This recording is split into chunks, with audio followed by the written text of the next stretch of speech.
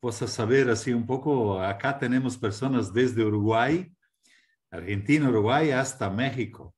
Entonces, casi todos los países de América Latina y América Central, de las provincias que forman las dos regiones de América, de las Américas, aquí, regiones maristas.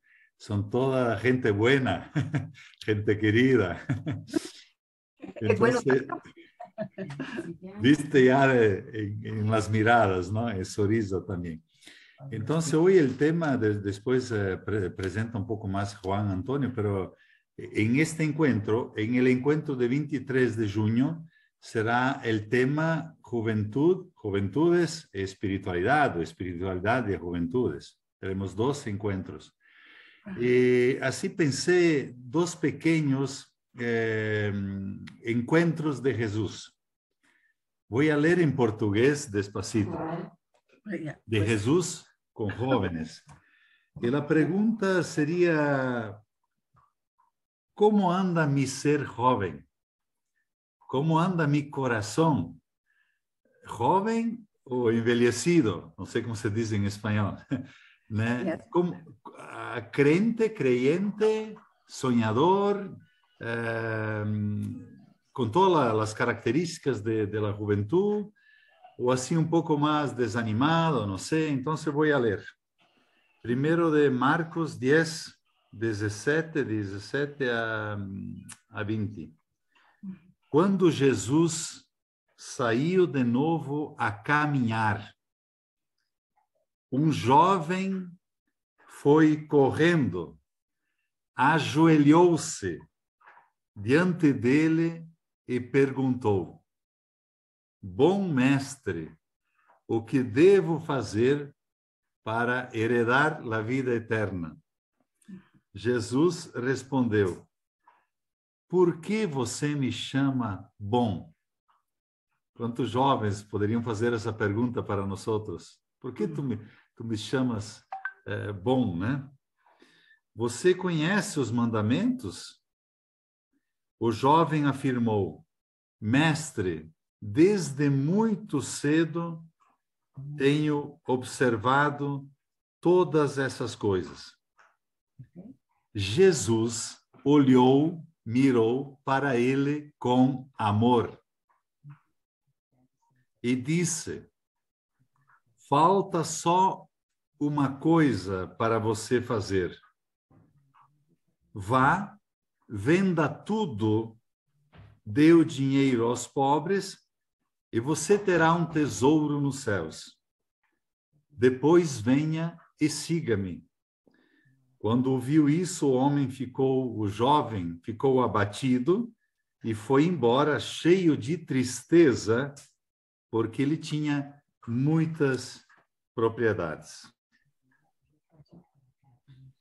Um cura aqui de Brasil disse: por que não pensar que este jovem rico seja o mesmo Zaqueu? Nada confirma isso, não se sabe. Porém, vamos imaginar que seja Zaqueu e que esse jovem tenha saído triste e depois começado a pensar: por que não seguir Jesus? Em Lucas 18, 35, quando Jesus se aproximou de Jericó,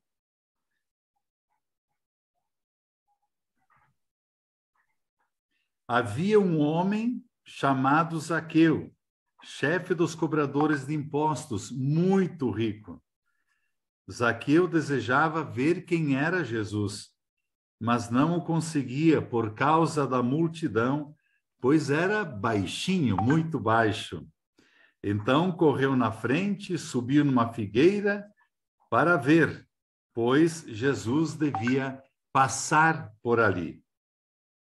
Quando Jesus chegou ao lugar, olhou para cima e disse: Desça depressa, Zaqueu, porque hoje preciso cear em tua casa.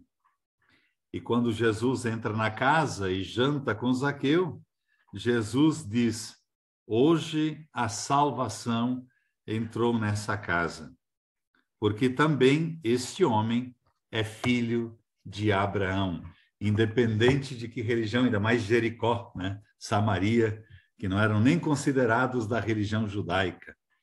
Então, com um sorriso de Mônica, eu pergunto para vocês, para ustedes todos, que jovens, que encontros com a juventude tocaram o vosso coração? Recordem algum encontro, até eu convido que fechem os olhos nesse momento, assim como Champagnat se encontrou com o jovem Montaigne, assim como Jesus se encontrou com o jovem rico, e ele ficou impactado positivamente, depois ficou triste porque ele foi embora, assim como ficou feliz ao ver Zaqueu. Que jovens estão no meu coração, que encontros estão no meu coração e me fazem viver, sonhar, arriesgar, alimentar a inquietude dentro de nós outros.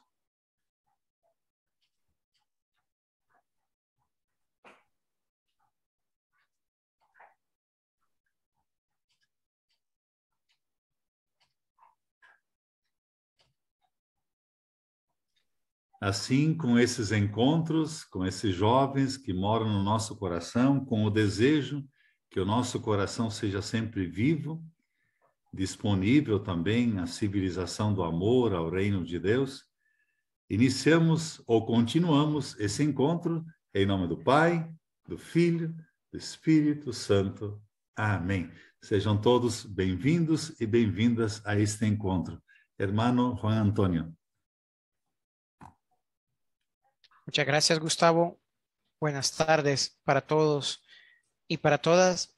Estamos muy contentos de poder estar en este segundo encuentro de este año 2022, facilitado por la Red Interamericana de Espiritualidad Marista. El día de hoy nos reunimos para abordar un tema que está en el corazón de nuestra vida como maristas, que es como lo son los jóvenes, los niños y los jóvenes. Bajo la perspectiva el día de hoy de tratar de profundizar en los jóvenes desde su dimensión de cómo viven la espiritualidad, cómo experimentan ellos mismos esta dimensión constitutiva de nosotros. Para hacer esto, el día de hoy contaremos con dos personas que nos ayudarán y nos facilitarán la reflexión. La primera de ellas, a quien le doy la bienvenida, pues como ella misma dijo hace un momento, la primera vez que se encuentra con nosotros los maristas a nivel de América, porque con México parece ser que ya ha tenido encuentros. Es Rocío Vega Andrade. Ella es de Ciudad de México. Estudió la licenciatura en Ingeniería Química en la Universidad Nacional Autónoma de México, luego la licenciatura en Teología en la Universidad Intercontinental y la maestría en Teología en un mundo contemporáneo por la Universidad Iberoamericana, también en México. Ella es docente en esta universidad, en la Iberoamericana, con la clase de Mística de las Religiones y cuenta con una amplia experiencia pastoral. Así que te damos la bienvenida, Rocío, que te puedas sentir en confianza, en familia, entre nosotros, con personas que también vibramos por tratar de acercar la experiencia religiosa, en nuestro caso, sobre todo a los niños y a los jóvenes. Y la segunda persona que también participará el día de hoy con nosotros es el hermano Pablo Rifarachi, quien es hermano marista, vive en comunidad junto a los hermanos Horacio Magaldi, Ángel Emeterio Pérez, Carmelo Mayoni en Rosario, Argentina. Es coordinador de la Pastoral Juvenil Marista y la Catequesis Sacramental y educador en las dos unidades educativas en Rosario. Y cursa los últimos años de profesorado en letras en la Universidad Nacional de Rosario y es parte de nuestro equipo de la Red Interamericana de Espiritualidad Marista. Pues Rocío y Pablo, pues nos alegramos de poder contar con ustedes en este día y pues también sabemos que será una experiencia muy, muy enriquecedora podernos encontrar. Vamos a tener entonces más o menos con Rocío unos 40 minutos para que ella pueda pues presentarnos su reflexión y después con Pablo o el hermano Pablo unos 20 minutos. Posteriores a eso abriremos el micrófono para si hay preguntas, reacciones, inquietudes que querramos compartir y poder tener un momento de intercambio. Así que Rocío, nuevamente bienvenida, la palabra es tuya. Muchas gracias, muy amables. Yo también estoy muy contenta de poder acompañarlos ya a nivel América, cosas que antes, pues bueno, era muy difícil, ¿verdad? Pero bueno, la tecnología no tiene solamente cosas malas, también nos ayuda a acercarnos de alguna manera a los que estamos lejos los unos de los otros. Yo voy a hablar un poquito de la espiritualidad en general, ¿no? O sea, una espiritualidad que nos es constitutiva a los seres humanos. Porque parece que el hermano Pablo va a hablar sobre la espiritualidad cristiana en concreto, ¿no? Entonces, pues vamos a iniciar, preparamos una presentación PowerPoint, voy a tratar de compartir pantalla. Yo no sé si ustedes tienen, ¿puedo yo compartir pantalla sin problema o me tienen que dar el permiso? ¿Cómo está? Hermano Alberto va a darte el permiso. Está autorizado, está autorizado. ¿Ya están? Ok, gracias.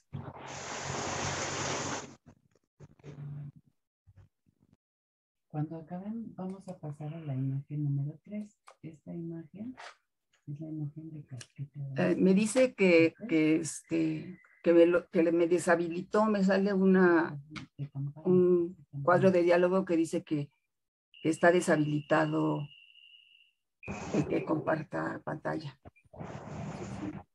Si me lo habilitas, por favor. Tengo compartido sin problema. Sí, Sí. yo creo que ya está ahora, Rocío. ¿Prueba? Sí. vamos a ver. Ah, sí, ya está. Sí. Ya está, muchas gracias, sí.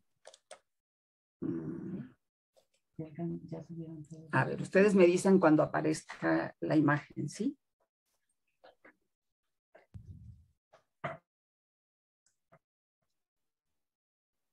¿Ya la ven o está todavía? Ya se ve, Rocío. ¿Cargando? Sí, ya vemos. Uh-huh. Bueno, entonces, a ver, vamos a poner ahí.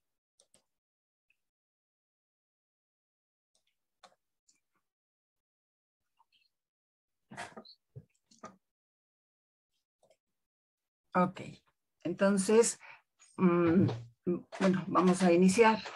Los seres humanos casi siempre estamos atados al pasado, ¿no? O pensando en el futuro, ¿no?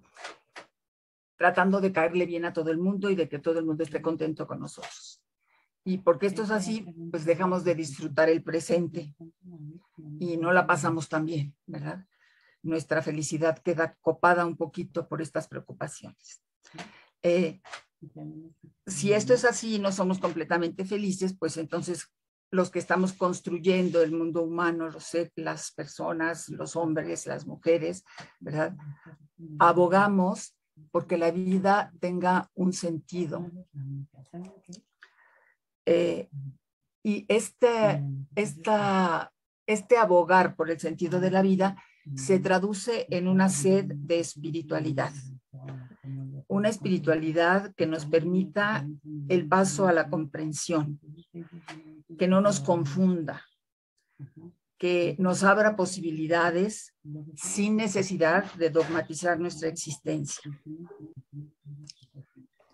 ¿no? Entonces, averiguar la naturaleza de la propia conciencia y su transformación es la base de la vida espiritual.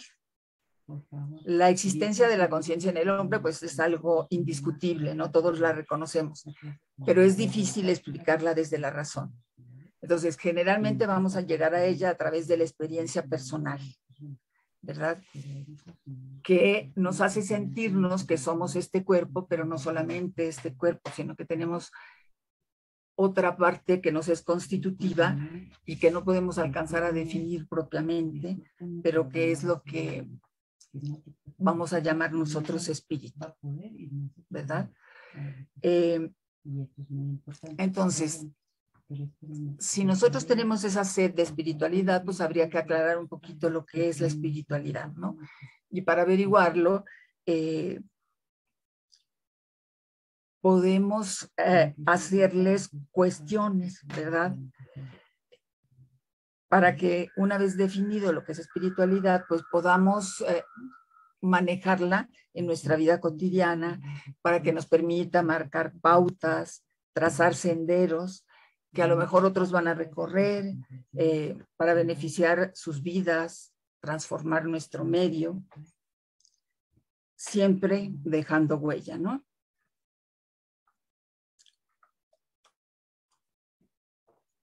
Entonces, la palabra espiritualidad pues quiere decir aliento, ¿no? Entonces, desde el momento que nosotros respiramos, que empezamos a existir, nuestras necesidades y nuestros deseos comienzan a multiplicarse interminablemente. Y entonces nos surge esta tarea de mantener nuestro bienestar, ¿verdad? Y resolverlo a través de los elementos que tenemos para hacerlo. Y yo creo que la espiritualidad es una de esas herramientas. Entonces, es posible encontrar una satisfacción duradera a pesar de los cambios. Esta afirmación es el comienzo de la vida espiritual. Una espiritualidad significativa nos va a permitir descubrir que a pesar de que somos continuo cambio, a pesar de que estamos imbuidos en esta corriente que no para nunca, ¿verdad?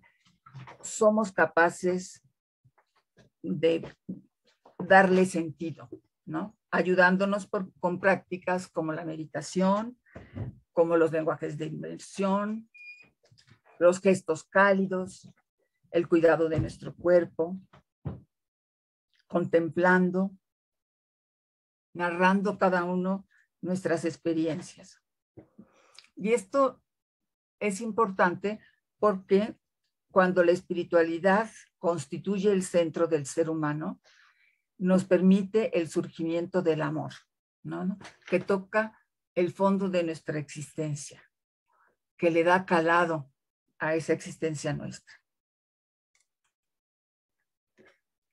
Siempre ha estado relacionada la espiritualidad con la religión. Hubo mucho tiempo en que de hecho fue su monopolio, ¿verdad? O sea, toda espiritualidad pasaba por lo religioso. Pero las perspectivas de ahora nos dicen que la espiritualidad es mucho más antigua que la religión y que no depende de ella, ¿no? Un cristiano, un musulmán, un hindú, un ateo, pueden experimentar amor, éxtasis, felicidad suprema, paz interior, y todas estas son experiencias espirituales. Y es que la espiritualidad tiene un principio que trasciende nuestras creencias personales y trasciende incluso nuestro propio yo.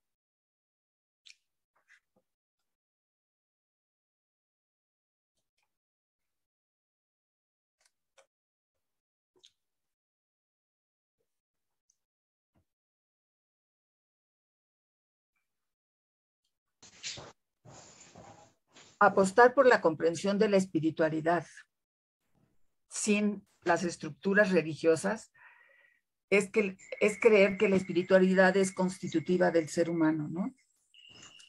Y implica o significa un constante camino de perfección, una búsqueda constante de sentido. Sea cual fuere nuestro uso específico de lo espiritual, sin esa parte espiritual, nuestra visión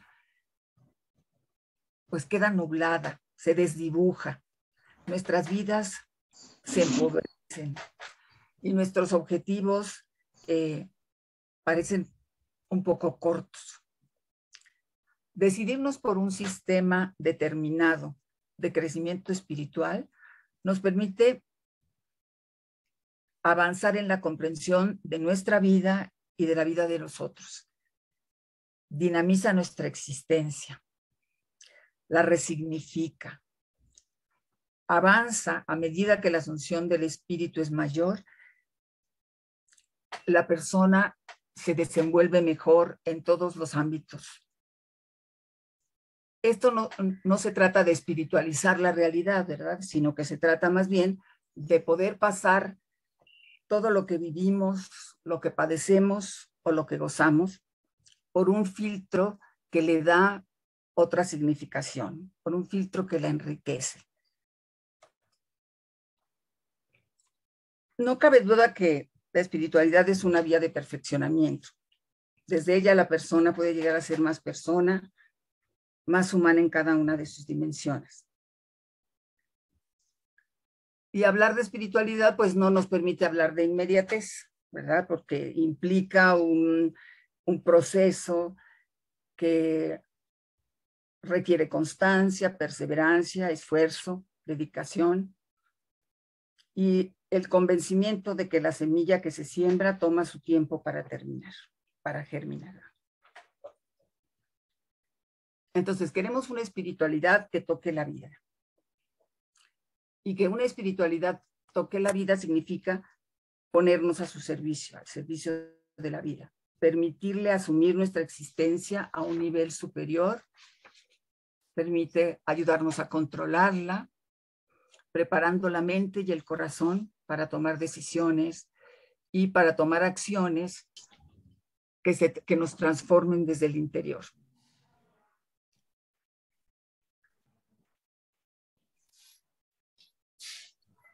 Entonces, a veces nos hace falta, ¿verdad?, salir de aquella mentalidad de que nos hace creer que la vida es una lucha, que cansa, que fatiga, que desilusiona. Aunque sean muchos los obstáculos que se cruzan en la historia de cada individuo, la espiritualidad es una respuesta a un llamado de renovación. Todas las realidades que constituyen nuestra existencia son susceptibles de ser iluminadas por la vida en el espíritu. Existir no es solamente depredar o defenderse, ¿no?, sino también disfrutar y experimentar agrado y deleite en nuestra interrelación con el mundo y con los demás.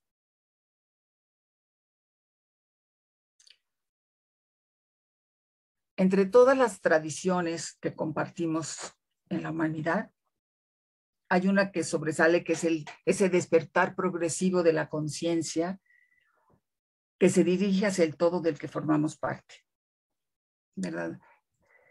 Y esta lectura, curiosamente, se da en el marco secular, que se supone que es un espacio en el que aparentemente se ha perdido a Dios. El esfuerzo del camino espiritual implica manejar 3 de nuestras capacidades: la voluntad de vivir, los deseos afectivos y la razón. Tratar de inclinarlas, en vez del amor hacia nosotros mismos, al amor hacia los demás, y en los demás al misterio. La meta que buscamos conseguir a través de una sana espiritualidad es la unificación de la persona. ¿Por qué? Porque una meta de la espiritualidad es centrarla en la vida. Y una vez que está centrada en la vida, se dona, se vacía y se entrega para que otros crezcan, para que otros se desarrollen. Y así, mientras me voy transformando a mí mismo, que es mi tarea, ayudo a transformar a los demás. Mientras me sano a mí mismo, ayudo a sanar a los otros. Entonces tendríamos que implementar una ética de compasión en la que aprendamos a mirarnos y a evaluarnos con los ojos de los otros, en especial de los que sufren.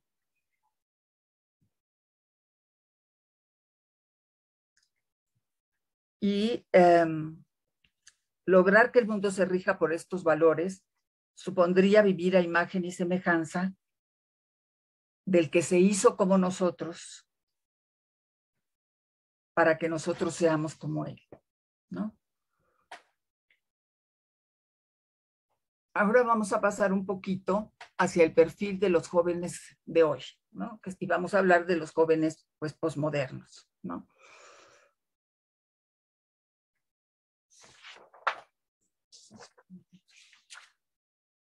Entonces vemos que son la generación NET, ¿verdad? Su mundo es el mundo de la tecnología, es su medio natural, ¿verdad?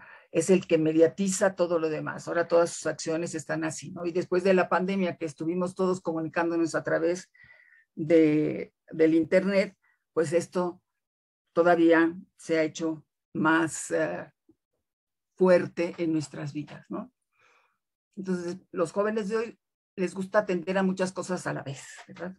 Pero esto va un poquito en detrimento de la profundidad en la comprensión. Y este carácter de nuestros jóvenes y este depender de la tecnología supone también un alejamiento, un desencantamiento de la naturaleza. A mayor poder sobre la realidad, más nos alejamos de nuestro entorno. Y esto no nos permite relacionarnos con él de un modo amoroso, de un modo contemplativo y gratuito, ¿no? Disfrutando de todas sus bellezas y de todas las cosas que nos puede proporcionar.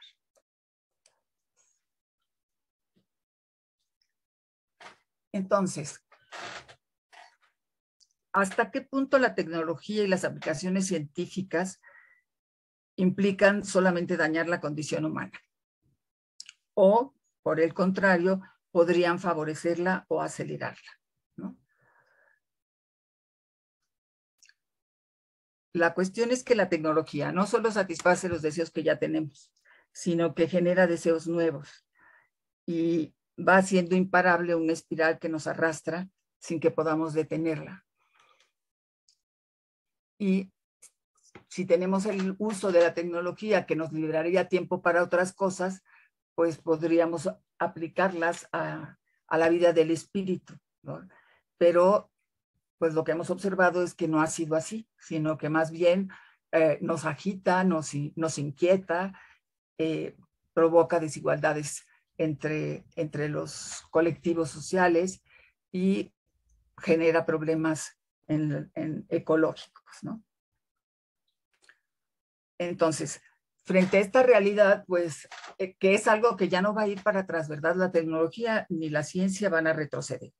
Entonces, nosotros nos encontramos, pues, con una serie de retos que tenemos que enfrentar nosotros y nuestros jóvenes, ¿verdad? ¿Cómo podemos hacer que estos avances tecnológicos nos sirvan para estar, en primera, que estén al alcance de todos, ¿no? Y hacer de este medio virtual algo virtuoso, en vez de usarlo para molestar al prójimo o para intimidar o para cuestiones de ese tipo, pues cómo podemos usarlos para impulsar los valores éticos, ¿no? Para mejorar nuestras condiciones de vida, ¿no? Y cuidar de la naturaleza, ¿no? O sea, que no vaya en detrimento del espacio que nos es necesario para vivir. Explorar, investigar, indagar, todo esto forma parte del instinto de la vida en busca de más vida. Y en la medida en que la investigación científica y las nuevas tecnologías estén al servicio de la vida, y con estar al servicio de la vida, al servicio del deseo esencial, que llama Meloni, podremos colaborar con el impulso de la materia hacia el ser. No sabemos, a lo mejor nuestro desarrollo forma parte de un designio mayor, ¿verdad? En el que este avance se está produciendo en otros planetas. Y a lo mejor estamos llamados a ponernos algún día en contacto con ellos. De modo que tanto las conciencias individuales como la conciencia colectiva forme un supraorganismo que todavía no podemos concebir, pero podría ser, ¿no? Podría ser, ¿por qué no?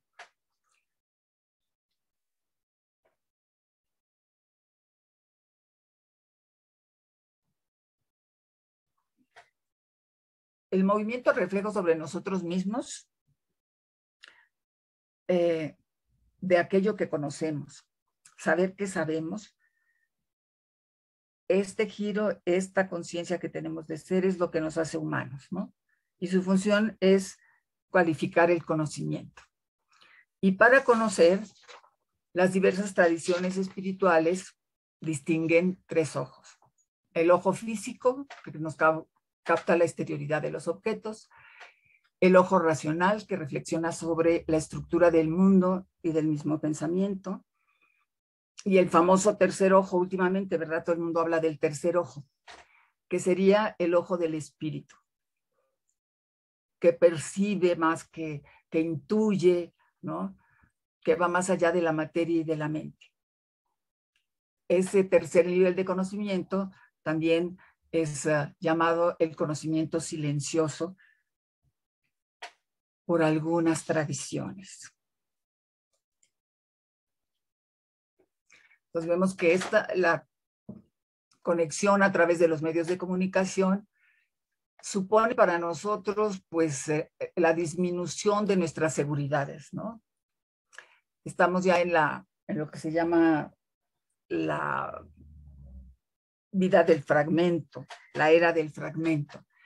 Y si la espiritualidad es parte de nuestra vida, pues también la espiritualidad es espiritualidad del fragmento. Entonces, frente a las verdades religiosas de antaño, inamovibles, que nos daban seguridad, que nos quitaban los miedos, que nos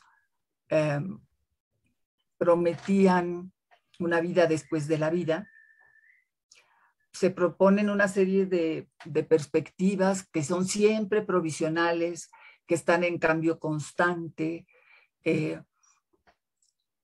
esto pues nos quita piso, ¿no? A nosotros el hecho de ser cambio no nos hace tan felices. Pero podríamos abrirlo a un nuevo modo de concebir la vida del espíritu, ¿no? O sea, si la espiritualidad es parte de nuestro ser y nuestro ser es devenir, y ese devenir ya se ha reflejado en nuestra sociedad y en nuestra conducta y en nuestra cultura, pues entonces puede abrirse a entenderlo como una indagación constante, ¿no? Como un desplazamiento continuo a ese autoconocimiento, a esa búsqueda de sentido. Y es algo que pues ha sido sostenido por los místicos desde hace mucho tiempo. Entonces, todo en nuestra realidad de hoy se está moviendo, ¿no? Eso es algo que tenemos que tener en cuenta. Y dentro de esos movimientos, ¿verdad? Y dentro de esa cultura nos desarrollamos nosotros y se desarrollan nuestros jóvenes. Y estamos sostenidos ambos por la aspiración de llegar a ser plenamente nosotros mismos, porque cada uno es camino y ocasión para alcanzar y ser alcanzados por el ser total. Entonces los jóvenes, como la espiritualidad es algo que nos es constitutivo, pues ellos también tienen una espiritualidad propia, que es peculiar y que está adecuada a su momento histórico.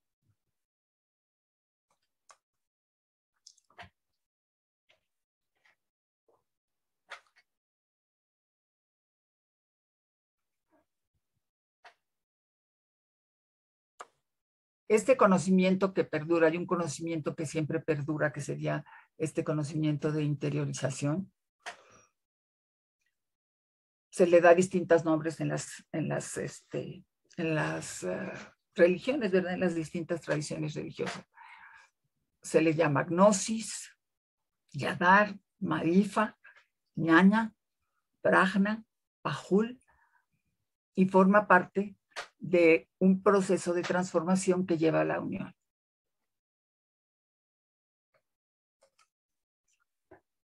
Entonces, dentro de este tipo de espiritualidad, nosotros podríamos decir que nuestros jóvenes son místicos si entendemos por místico una relación directa con el misterio, con el todo, con la manera como queramos entenderlo, ¿no? Como la manera como lo cristalizamos en cada una de nuestras culturas.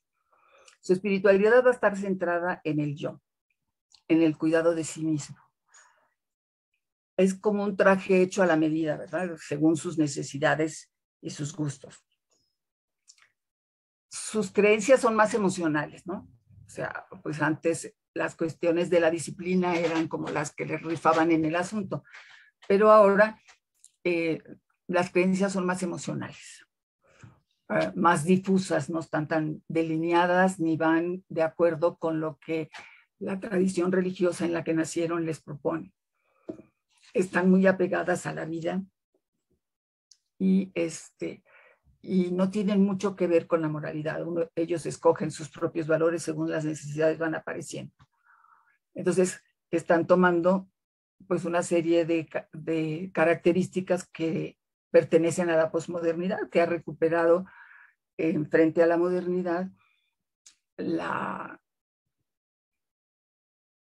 el peso y la importancia de lo emocional, ¿sí?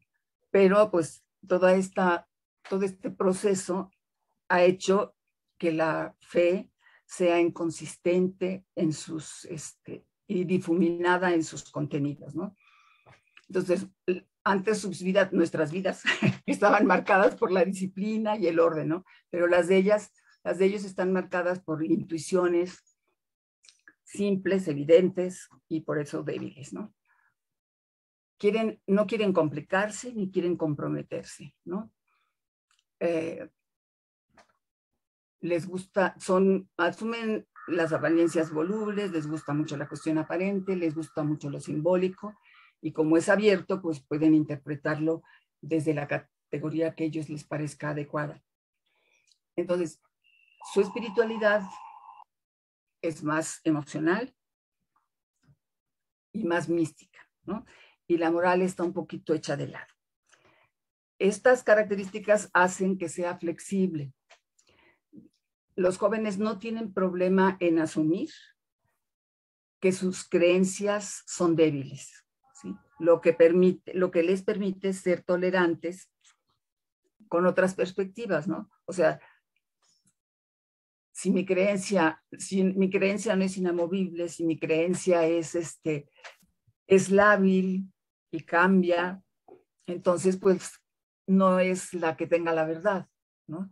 Sino que otras creencias de otros jóvenes que vengan de otras tradiciones religiosas, pues tienen esas mismas características. Entonces no les es problemático aceptarlo. Pues son creyentes que crecen, que han disminuido la importancia de la verdad, ¿no?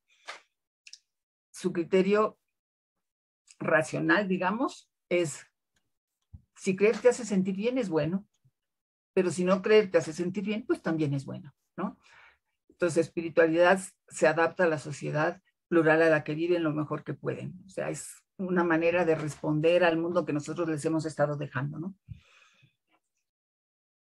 Es una fe más acorde a sus tiempos, es líquida, o sea, va por los caminos que la red les propone, que los amigos, que les ofrecen. Se mueve bien el ambiente de la posmodernidad y con esta espiritualidad así están tratando de dar sentido a sus vidas, ¿no? Entonces, esta es la realidad. Y estos son los jóvenes con los que nosotros tenemos que trabajar. Entonces, partiendo de que ellos tienen estas tendencias espirituales natas y condicionadas hasta cierto punto por su entorno social y cultural, ¿qué nos toca a nosotros como educadores hacer al respecto, ¿no? Pues a lo mejor lograr en los espacios educativos una comunicación más interpersonal, ser más cercanos, ¿no? Darle importancia a las emociones. Yo creo que en las escuelas y en la educación en general se le ha dado poca importancia al manejo de las emociones. Y pues el 99% de las decisiones de estos jóvenes son movidas por sus emociones. Entonces habría que darles la importancia que merecen, ¿no? Procurar que tengan conductas sociales valiosos, ¿no? Que realicen trabajos en grupo, que desarrollen el afecto, que hacer del espacio del aprendizaje un espacio afectivo, ¿no? Porque así se aprende mejor y uno va desarrollando la habilidad de socializar y de darle importancia a los demás y ayudarlos y compartir lo que sé con los otros y que ellos compartan lo que saben conmigo. Y pues este tipo de educación, así como más cercana, menos disciplinada, más, pues más de acuerdo con la posmodernidad, va a requerir una serie de maestros que tengan características especiales, ¿verdad? Que dejen que sus alumnos se organicen y gestionen sus cosas, que promuevan la comunicación sin forzarla, que sean cercanos, que los escuchen, que los respeten, que hablen de lo que a ellos les interesa, que participen de las actividades, sin dejar de tener sobre ellos altas expectativas, ¿no? O sea, sin pensar que no van a ser capaces de hacer lo que ellos se propongan. Entonces, hay que, si ellos tienen este impulso natural hacia el todo, ¿no? Pues hay que tratar de conectarlos con este impulso, que se pueda desplegar, que realmente brillen, ¿no? Y que puedan colaborar con la transformación de la materia en espíritu. Hay que crear en ellos las condiciones, ¿verdad?, para escuchar la voz que surge de dentro.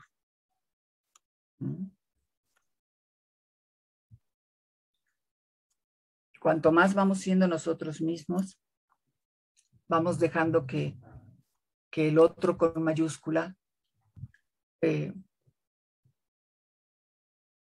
crezca en nosotros, ¿no? Entonces tenemos que hacerlos conscientes de que mucho tiene que ver los deseos que tenemos y la dirección que toman esos deseos con nuestros logros, con nuestra humanización, ¿no? Y todos esos deseos que tenemos son en realidad una imagen del deseo esencial, ¿no? Del deseo de ser. Entonces, todos estamos habitados por este espíritu que pugna por salir a la luz. Tenemos que mostrarles con ejemplos, ¿verdad? Porque el ejemplo es lo que arrastra. Que la acción de cada quien es importante en el mundo, que lo que ellos hagan, nadie puede hacerlo por ellos. Entonces, si lo dejan de hacer, se queda sin hacer, ¿no? Entonces, hay que hacerlos conscientes de esta realidad. Hay que educar en el deseo. Las Upanishads insisten en el que el deseo esencial extingue toda otra forma de deseo. Pero para que esto suceda hay que haber educado las manifestaciones del deseo, encontrando un equilibrio entre el dinamismo y la contención. Porque el dinamismo sin contención es arrollador y la contención sin dinamismo es represión. De la armonía de ambos resulta un proceso ascendente que nos va descentrando y nos va acercando a la meta que deseamos. Surgidos del deseo de ser, somos su deseo y por eso tenemos deseo de él. La vida es el ámbito por el que todo anhelo se expande y se transmuta. Las criaturas, al tener deseo de ser, le hacemos retornar a sí mismo a través de nuestro deseo, que es su deseo vertido en nosotros mismos. Pues con esto terminamos. Espero que no me haya extendido más de lo que debía. Muchas gracias, muy amables. Y ahora, pues lo que tocaría sería ver, contando con esta espiritualidad que los jóvenes presentan, qué podemos hacer para darle una especificidad cristiana que le toca al siguiente expositor. Muchas gracias. Muchas gracias, Rocío. Muchas gracias, Rocío. Le cedo entonces la palabra al hermano Pablo y al final pues tendremos el momento para preguntas y reacciones a ambos. Gracias.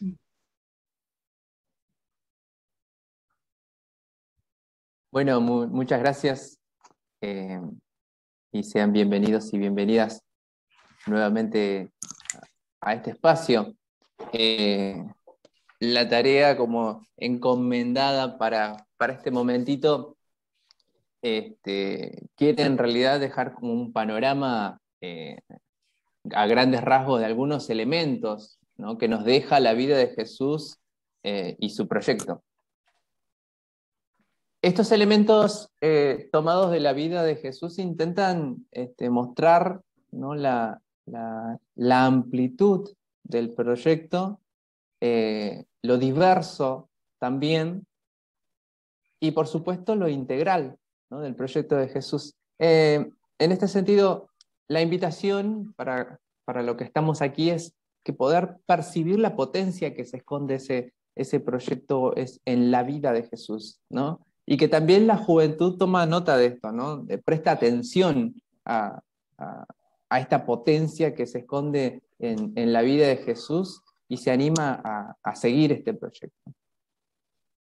Por eso, para dar continuidad o para comenzar a destacar algunos elementos, es necesario como dejar en claro que en la persona de Jesús, en su vida toda, se encuentra el proyecto al que adherimos todo lo que estamos aquí presentes. Entonces, ese proyecto, que lo podemos sintetizar como el reino de Dios, ¿no?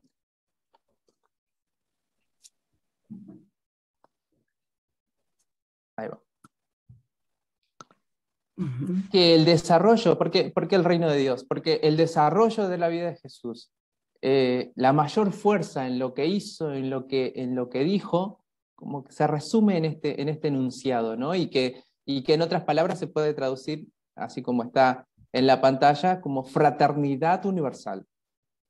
Y ya con esto tenemos para dialogar bastante, ¿no? La mayoría de las y los jóvenes muestran mayor interés en este tiempo en un Jesús histórico, ¿no? Lejos de los discursos o las imágenes que se van construyendo desde la figura de Jesús, lejos de ese Jesús discursivo, ¿no? Y aquí el primer elemento, ¿no? Jesús histórico. Y Jesús como personaje histórico está sostenido, ¿no?, por los estudios de los historiadores y desde el que se argumenta su existencia, y desde ahí vemos, por ejemplo, que se da su nacimiento, o lo ubican su nacimiento alrededor del año 6 a.C., esto constatado, por supuesto, desde las fuentes evangélicas, pero también desde los documentos sobre el reinado de Herodes y el emperador romano Augusto. Pero también, ¿no?, como un testimonio neutral, y en este sentido Antonio Pagola menciona, ¿no?, varios escritores en su obra Jesús, aproximación histórica. Él no va nombrando a muchos escritores, muchos historiadores, como testimonios neutrales en esos escritos romanos que ofrecen breves datos sobre Jesús. Y la referencia de estos autores, de estos escritores, tiene un valor documental importante. ¿Por qué? Primero que son observadores neutrales, y según lo menciona Pagola también, incluso hostiles cuando escriben al movimiento cristiano. Pero ahí se puede observar, por ejemplo, que no dudan en ningún momento de la existencia de Jesús y ofrecen de él una imagen esquemática, la imagen que nosotros sabemos, ¿no? Bueno, que es oriundo de Judea, que ha sido ejecutado bajo el dominio de Tiberio por el gobernador Porcio Pilato, y en el momento en que se escribe, en que estos escritores escriben, es venerado por sus seguidores como Dios. Los datos estos, neutrales o de un observador que está fuera del movimiento cristiano, son plenamente, se compaginan plenamente con los datos evangélicos, ¿no?, con las fuentes cristianas. El personaje histórico, este Jesús, es el mismo el que cambió la historia de la humanidad, ¿no? Es este Jesús el que transformó la historia en un antes y un después de Cristo, ¿no? Y esto también podemos ir a un segundo elemento que tiene como potencia, y sobre todo en este espacio, ¿no?, de la espiritualidad, por la fuerza tal que seduce la vida de las generaciones que acompañamos, ¿no? La vida de los y las jóvenes que acompañamos en esta época. Es decir, el segundo elemento, la humanidad de Jesús. Por un lado es un ser limitado por la humanidad que encarnó, ¿no? Y nuevamente recurrir a las fuentes evangélicas, ¿no? Sabemos del sueño de Jesús, de la sed de Jesús, del dolor, del hambre, del cansancio, los miedos o temores que experimentó Jesús. Esto comprende una serie de elementos que dan cuenta de las limitaciones físicas y ha experimentado esa limitación física que define y caracteriza lo humano. Por otro lado, Jesús no tenía todo bajo control. Digo, cuando la juventud o cuando el joven o la joven se encuentra, ¿no? con este personaje, con este Jesús, y da cuenta de esto, ¿no? Que no tiene todo bajo control. Muchas de las situaciones de la vida, en su vida, fueron resueltos por otros, ¿no? Por mencionar algunas, el lugar de nacimiento, la sentencia de su juicio, la traición y el abandono de los suyos. Y aquí, como entre paréntesis, nos recordar que las mujeres en este elemento son claves, ¿no? Y que recién en este momento histórico están tomando otro relieve, ¿no? Otra profundidad y ocupando el lugar digno que poseen históricamente. Y en este mismo elemento, Jesús se ha ocupado de lo dicho y lo no dicho. Me parece que este rasgo de este segundo elemento tiene una profundidad importante en la dimensión espiritual, porque aquí se juega eso, ¿no? Algo fundamental en la espiritualidad que se profundiza cada vez más en esta época, ¿no? El sentido de la energía, ¿no? que guardan los gestos físicos de Jesús en su vida, ¿no? La mirada, sus manos, el beso, el sentarse o el inclinarse, el acercarse a las personas, como recién nos comentaba Rocío, ¿no? de una invitación a cómo acompañar nosotros la espiritualidad de los jóvenes, ¿no? El acercarse, el gesto físico, ¿no? de acercarse, de la mirada, del abrazo. Digo, y Jesús ha tomado en cuenta en su vida estos gestos físicos, ¿no? La distancia física que ha cuidado en su discurso. Recordemos el pasaje, por ejemplo, de cuando los obliga, el Evangelio dice así, los obliga a ir a descansar a los discípulos y él se queda despidiendo a la multitud, despidiendo al pueblo, ¿no? Es un gesto maravilloso de cercanía, ¿no? Y también ese elemento de lo no dicho, ¿no? Del gesto, ¿no? de lo evangélico en el gesto. Y reforzando esto, bueno, cuando cura al ciego con barro y saliva, o cuando se sienta junto a la samaritana para pedirle agua, o se inclina, ¿no? Se pone en el nivel de aquella mujer que le trajeron para apedrearla porque había sido sorprendida en adulterio. Jesús se arrodilla, comienza a escribir en el piso, pero el gesto se baja, ¿no? Se coloca en el nivel de esa mujer que le trajeron. Toda la espiritualidad se despliega o por lo menos esta espiritualidad que en este tiempo está desplegándose, ¿no? Es la que trata de desplegar, es la que tratamos de desplegar en realidad en los lugares donde los maristas nos estamos trabajando, ¿no? O desarrollando. Es en nuestras provincias, este espacio de la red, de estos encuentros de formación y vivencia. Digo, es una espiritualidad que intentamos desarrollar y es ahí donde se percibe que esta espiritualidad tiende a humanizar la vida. Y para las y los jóvenes, el humanizar la vida, como nos recordaba también en algunos rasgos que mencionaba Rocío, es atrayente, ¿no?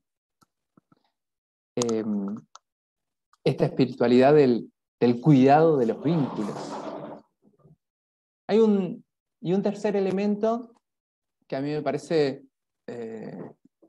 crucial, ¿no?, en la vida de Jesús, que tiene que ver con el aporte social de su vida. En sus enseñanzas, en realidad, influyó no solo en quienes creían en él como un líder religioso, sino también que los que se acercaban a él ha sido capaz de transformar la vida, y esas personas han tenido un acercamiento o han aportado al mundo para una transformación social. Eso es lo que genera el encuentro con Jesús, ¿no? Jesús no se adueña de Dios. Es impresionante en la dimensión espiritual que sobrepasa, ¿no?, lo religioso, que sobrepasa las instituciones. Y Jesús se posiciona desde ese lugar integral, de ese lugar de acoger. El Dios de Jesús acoge a todos y todas, ¿no? En esa integridad es donde Jesús se muestra el rostro de Dios, ¿no? En su tiempo podemos verlo cuando se encuentra con la sirofenisa, la imagen que Jesús va generando acerca de los samaritanos, en aquel encuentro con el soldado romano, o aquella maravillosa anécdota de los Hechos donde se narra la conversión del etíope.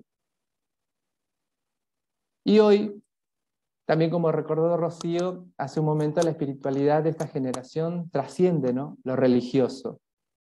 Y más aún, claro, porque van de la mano, lo institucional. El aporte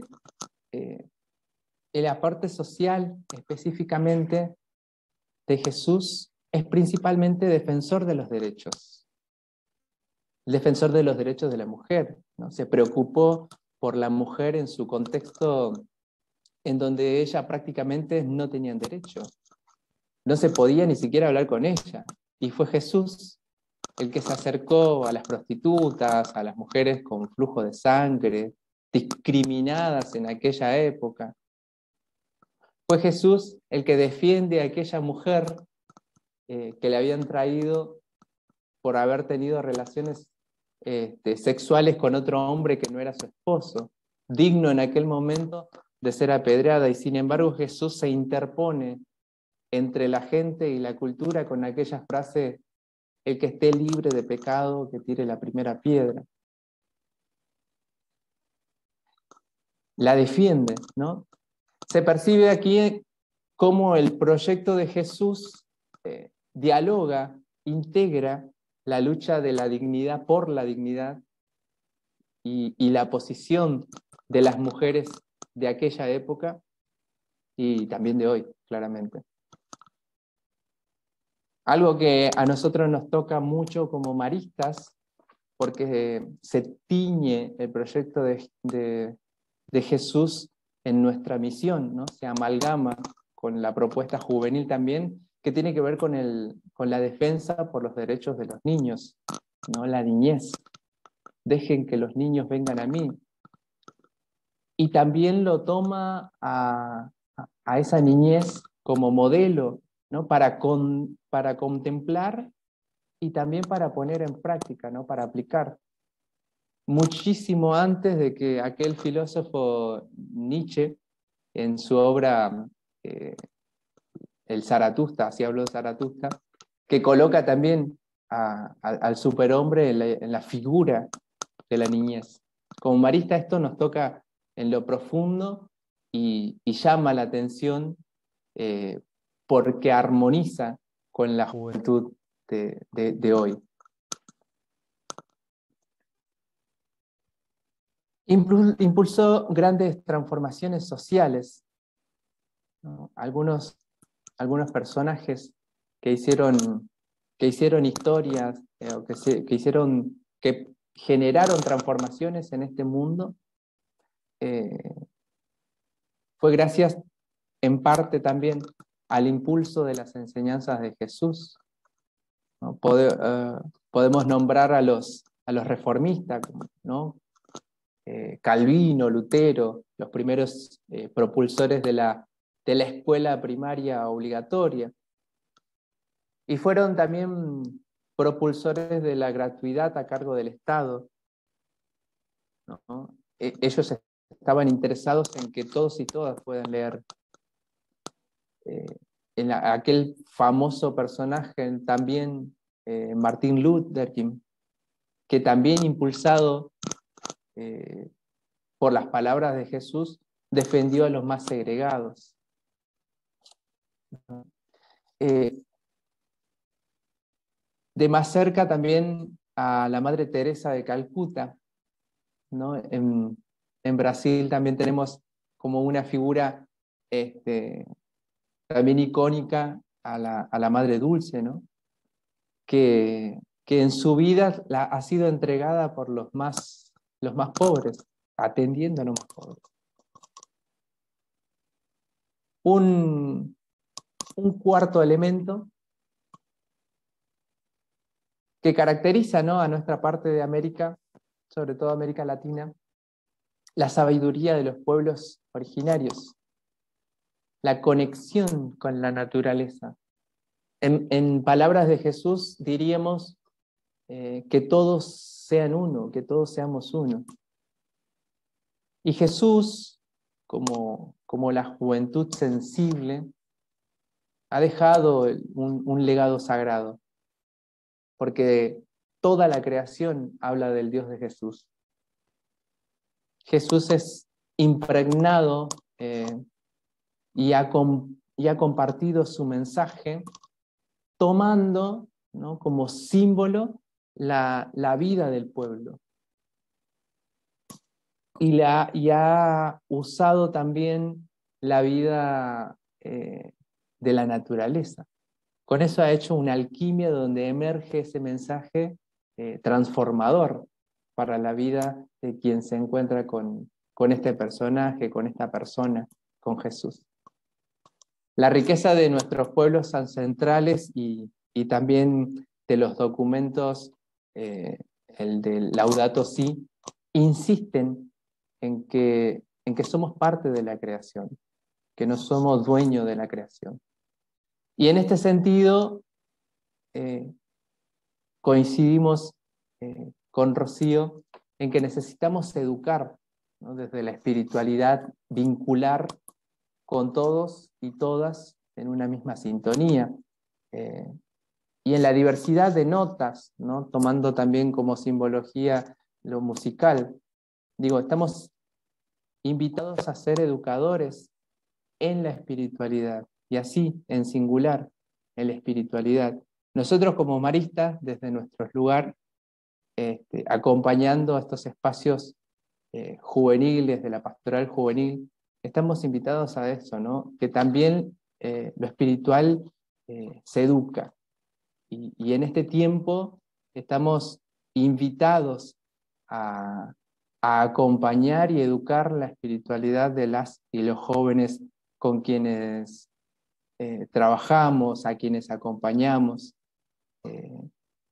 Es una invitación y con esto voy cerrando esta pequeña intervención que quiere recoger en realidad algunos elementos que se nota que armonizan con la vida de la juventud de este tiempo, ¿no? Estos 4 elementos que emergen de la vida de Jesús, que nosotros podemos compartirlo, que desde nuestra misión como educadores maristas tenemos ese gran reto, ¿no? de poder acompañar a la juventud del día de nuestro presente, de nuestra época, sabiendo que los jóvenes y las jóvenes son riquezas y que piden ser educados en esa espiritualidad.